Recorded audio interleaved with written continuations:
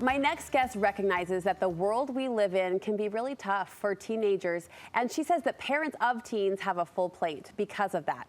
So if you're feeling worried about your teenager at the start of the school year, author Brooke Romney gets why. She joins me to share her words of wisdom for the parents of high schoolers. What a big transition and time of life. It's so good to see you. Yes, it is so fun to see you, and it is a big transition. So we're quick to say, you know, the world that they're in is different than the world that we were in then. And it's true, and we're quick to point to social media. Is there, outside of social media, is there any one difference that you can pinpoint that might help parents listening feel that cord of empathy or that cord of understanding toward what they really are going through? Well, I think this kind of comes from social media, but now as parents, we also see all the fun our friends' kids are having. And so that can make it a little harder on parents, where back in the day, my mom probably had no idea whether I was invited to all the things, but now it's pretty obvious. And that can make it, that can just like tear at your heartstrings a little bit more as a parent of a teen. Yeah, easy to compare from the parent perspective, Right. not just them looking left to right, but we do that as well. Yes. You've got a list of things you want parents to encourage their high schoolers that will help them thrive during these tricky years. First, you say we should remind our teens to live their values, not just at home, but at school too. Yeah, I think sometimes as kids are trying to figure out who they are and what makes them likable and things like that, sometimes they can stray from their values, which actually ends up hurting their confidence in the long run. When they're trying to be somebody they're not, it makes them less confident, which makes people less likely to approach them, be their friend, makes them less likely to get outside of themselves. And so if you can remind your child to, one, kind of figure out what their values are and then be willing to live them, that can really help their experience overall in high school. I went to lunch with a dear girlfriend yesterday, and she did the cutest thing for her junior high school student, her newly minted junior high schooler. She had a bunch of women and girls that she knows her daughter loves and respects write letters to her on what would make a successful junior high school experience. But an interesting theme she saw in all the letters was, I wish I wouldn't have cared so much what other people think. And it kind of taps into what you're saying with these values. If we can somehow, you know, help them to anchor in. I like that you say the confidence will grow because of it. I love that, and what a cool idea from a mom. Cool? I just love that. Yeah. All right, next on your list, help prepare them for the ups and the downs. Yeah, I think for some reason, parents included, think that your kids should never have a bad day or nothing bad should ever happen to them. And in turn, sometimes kids feel like that. So if something goes wrong or if the day's just kind of rotten, they think it's kind of the end of the world. But that's just called being human. We have good days and we have bad days, and helping our kids understand that they are capable of dealing with both. Enjoy those bad ones, or enjoy the good ones, get through the bad ones, and that's just a normal part of being human. Is some days are good and some days are bad. You want us to help them assume the best. How do we do this?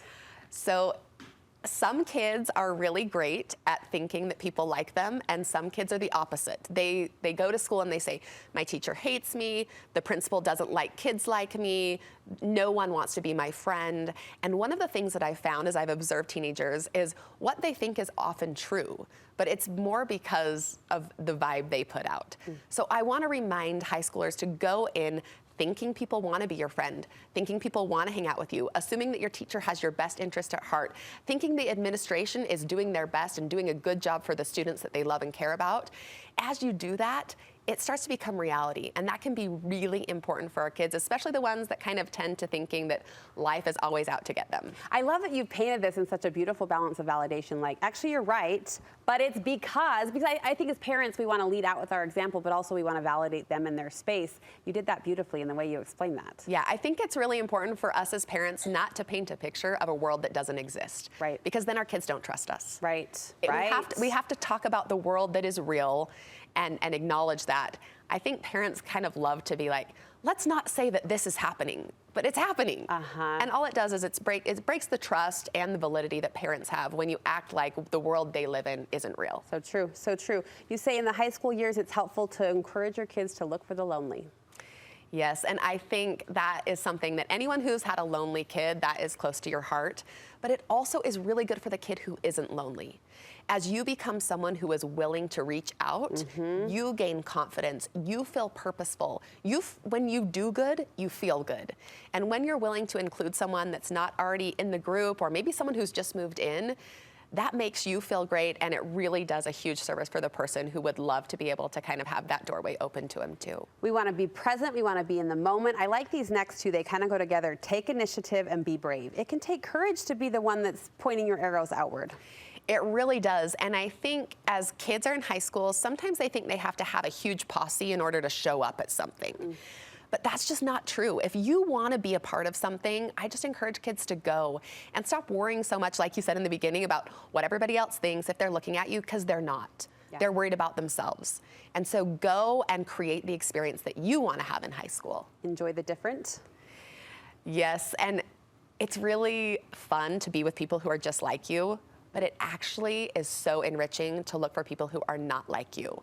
And so instead of having that litmus test of, do they look like me? Do they wear the clothes I like? Do they do the things I like?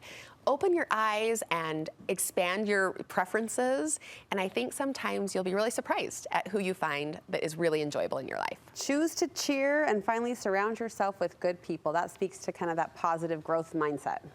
Absolutely. And it kind of cuts out that competition and allows you to be happy for the friends that you have. Yes. And when you're that person, the energy is good, people are attracted to you. You're not going to be lonely for long if you're somebody who's cheering for others all the time. All right, here's what you can do. You can replay this conversation, because coming from another mom, it always lands better and differently. So true. than out of our own mouths. You can also get Brooke's books, which are fabulous resources, Modern Manners for Teens. Where can we find those? So those are both on Amazon, and I love to connect on Brooke Romney Writes. We'll meet you there. Thank you so much. Great words, as always.